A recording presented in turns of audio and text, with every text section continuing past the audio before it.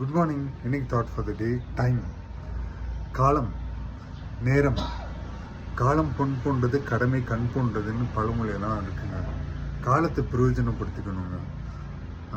நமக்கு உண்டான டைம் வர வரைக்கும் நம்ம வெயிட் பண்ணணும். அதுக்குன்னு வெயிட் பண்ணணும் அப்படின்னு சொல்லிட்டோன்ட்டு சோம்பேறியாக இருக்கக்கூடாது. அதுக்கு ஒர்க் பண்ணிகிட்டே இருக்கணும். நமக்கு உண்டான நேரத்தில் எல்லாமே கூடி வரும், எல்லாமே நல்லதாக நடக்கும். அந்த டைம் அதை வைஸாக யூஸ் பண்ணுங்கள். டைமை வேஸ்ட் பண்ணாதீங்க. வீணாக பேசி வீணாக டைம் வேஸ்ட் பண்ணி என்ன பிரயோஜனம்? நீங்கள் பேசுகிறது 4 பேருக்கு பிரயோஜனமாக இருக்குங்க. அந்த மாதிரி பேசுங்க. டைம் ஷெட்யூல் பண்ணுங்கள். இந்த டைம்குள்ளே நான் அதை பண்ணணும், இந்த டைம்குள்ளே இது பண்ணணும் அப்படின்னு டைம் ஷெட்யூல் பண்ணி டைம் ஷெட்யூல்டோட ஒரு லைஃப்பை வாழுங்க. Time is so precious. இந்த நிமிஷம் நான் பேசிகிட்டு இருக்க இந்த நிமிஷத்துக்கு அடுத்தது நிமிஷம் பழைய நிமிஷம் திருப்பி வராது. அந்த நிமிஷத்தில் நம்ம என்ன பண்ணணுமோ அதை பண்ணிட்டு போயிட்டே இருக்கணும். Good morning. Thank you. Have a nice day.